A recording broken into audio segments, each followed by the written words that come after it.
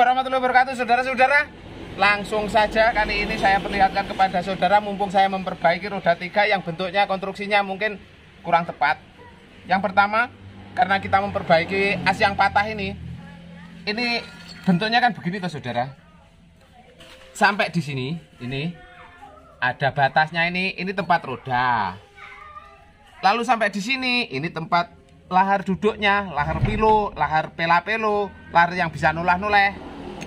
Ini kalau masuk di sini, ini nggak bisa masuk karena ini ukurannya lebih besar, sehingga pembubutannya 1, 2. Ini untuk lahar roda, ini untuk lahar dudukan, lahar duduk ini, lahar pilo. Karena jarak antara roda dan lahar itu terlalu panjang, ya rawan patah ini. Patah ini bukan karena ada yang saudara yang ada yang berkomentar katanya ini roda yang satunya memaksa yang satunya berputar di saat belok. Nah ini pengaturannya kan yang terkancing kan cuma satu tuh saudara. Nah yang terkancing dengan as cuma satu ini. Ini kancingannya. Nah dikancing macam begini.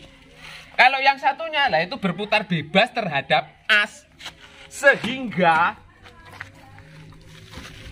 di saat belok asnya ini nggak berputar nggak apa-apa. Nah ini nggak memaksa yang lain untuk berputar.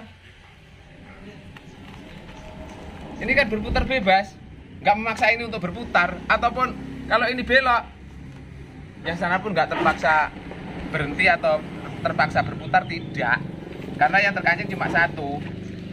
Sistem rantai itu sebagian besar dikancing satu roda, sehingga penyaluran tenaganya cuma satu sisi saja.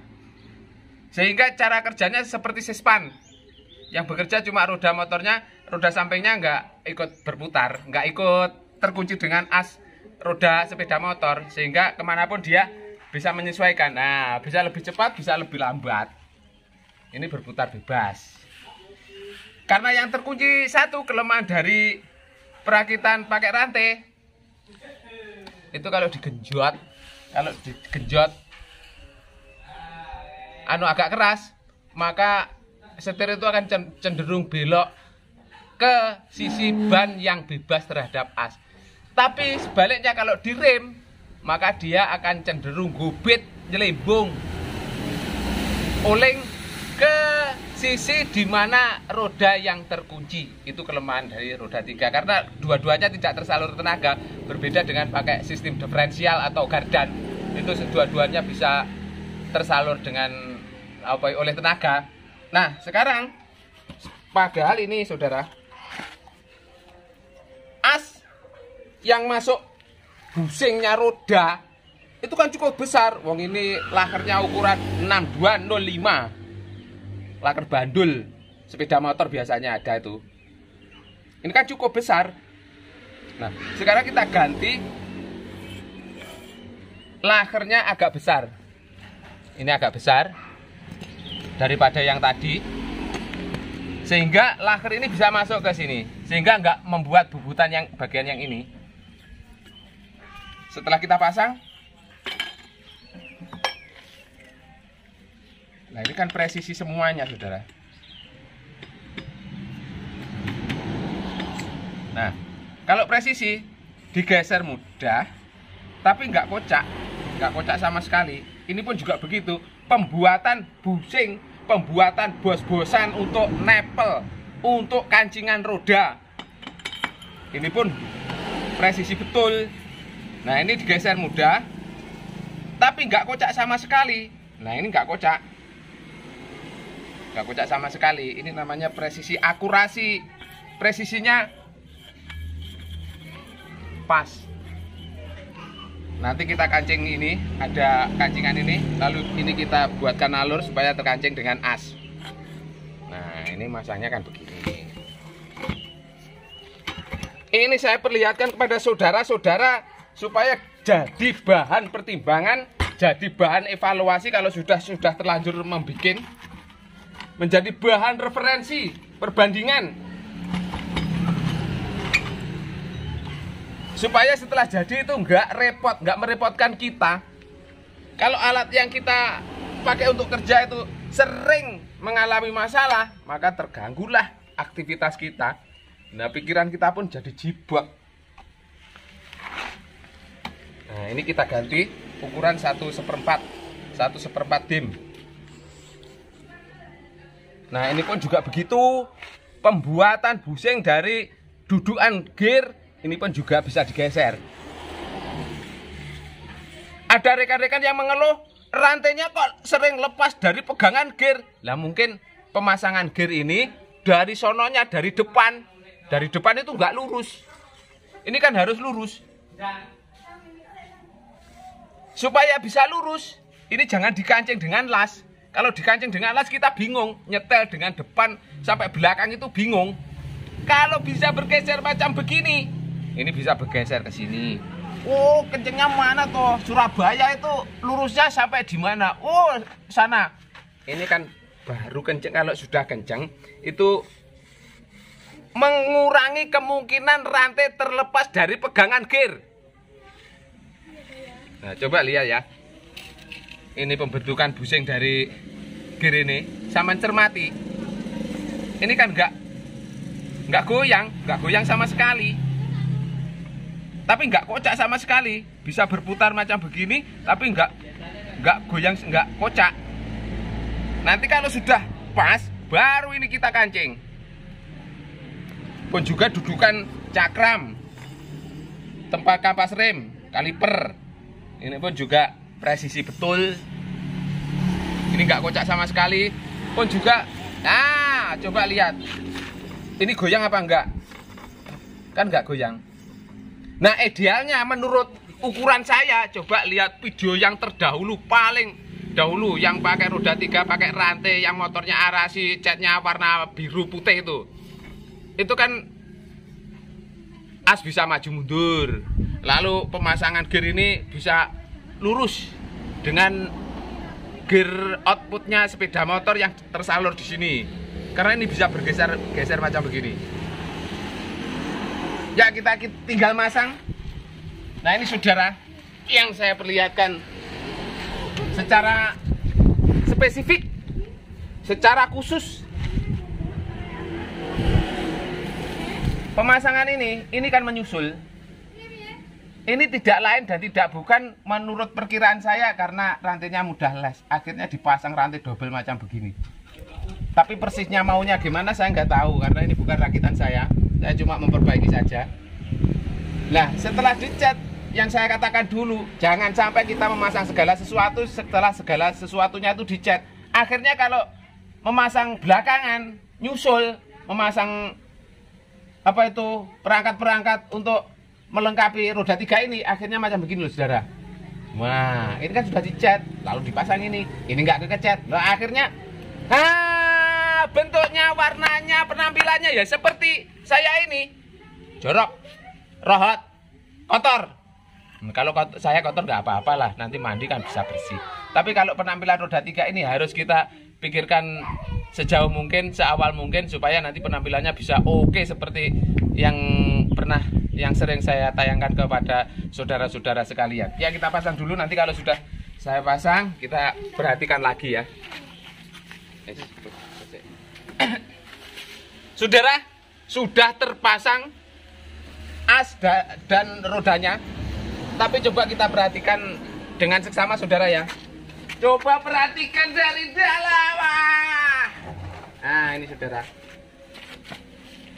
Ini karena pemasangannya mempunyai tingkat keribetan tersendiri. Ini proses pemasangannya tidak saya perlihatkan. Yang pasti dasar-dasarnya tadi sebelum dipasang sudah saya perlihatkan.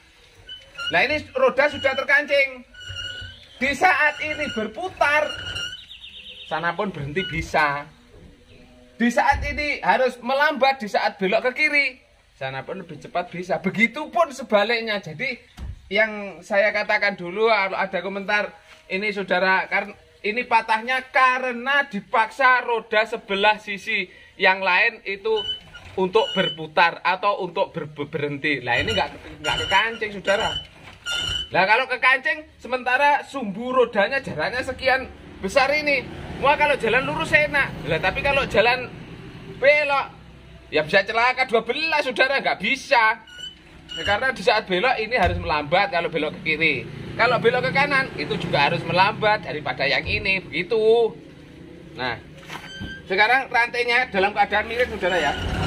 Ini kan nggak mudah les. Tadinya kan udah les.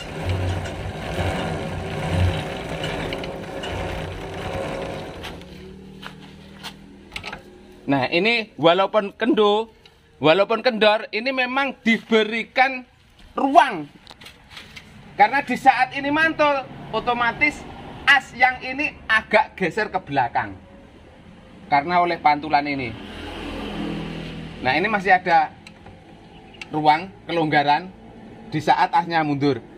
Yuk, kita coba dulu ya. Setelah kita perbaiki. Nah, saudara, ya kalau main air kita kena air, kalau main api kita kena api, kalau main pisau ya kita kena tersayat pisau. Nah, tapi kalau kita bermain dengan servis macam begini, ya tangan kita kotor macam begini, sehingga kadang-kadang kalau saya dihubungi di siang hari di saat beraktivitas, itu saya belum bisa merespon dari saudara semuanya. Itu coba ya.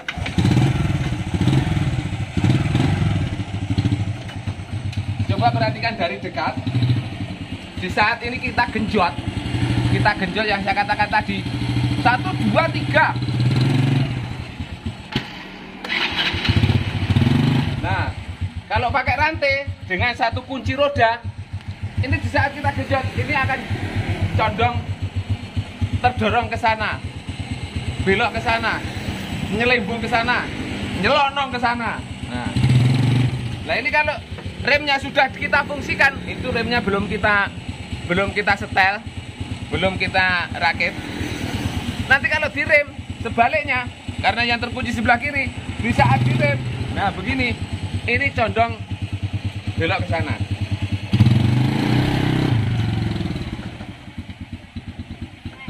Nah, ini saudara, kalau putar harus mendorong. Dorong toh. Dorong. Yo, dorong. Aduh. Nyangkut. Ini yang kenceng. Mudah-mudahan tayangan ini tidak dilihat oleh beliau Mas Endro dari anggota Warkop itu loh. Kan Mas Dono sudah meninggal, Mas Kasino sudah meninggal. Karena ini nyalai aturan dari Mas Endro. Kalau Mas Endro maju kena, mundur kena. Nah, ini bisanya cuma maju. Ya, coba perhatikan ya. Kita genjot. Apakah les apa enggak?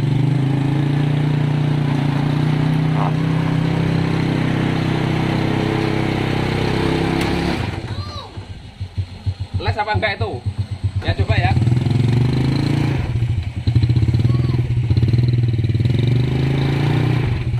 Nah, enggak les toh. Wadah kabel jangan digenjot, kabelnya bisa monceng.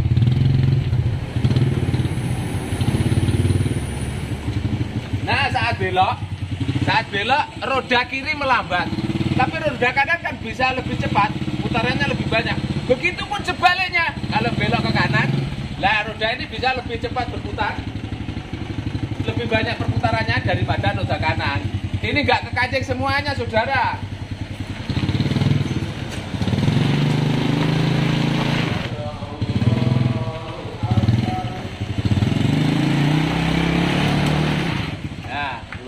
Sudah aman terkendali, saudara. Nah, demikian saudara yang dapat kami sampaikan. Satu lagi yang ingin saya sampaikan kepada saudara, kalau saudara berkomentar, bertanya segala sesuatu, atau ingin sekedar ngobrol, atau ingin sekedar sharing, berbagi pengalaman, berbagi ilmu, tolong cantumkan nomor saudara di kolom komentar. Kalau saudara tidak sempat atau sungkan atau takut menghubungi saya dengan senang hati akan menghubungi saudara.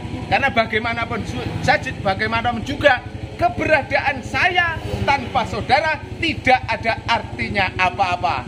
Sak bejo-bejane wong kang lali isih luwih bejo wong kang eling lan waspada. Sak apes-apese wong kang apes ijik luwih apes wong kang nengkone wedak. Bahasa dige sing ngambung wong liya. Billahi taufik wal hidayah. Wassalamualaikum warahmatullahi wabarakatuh.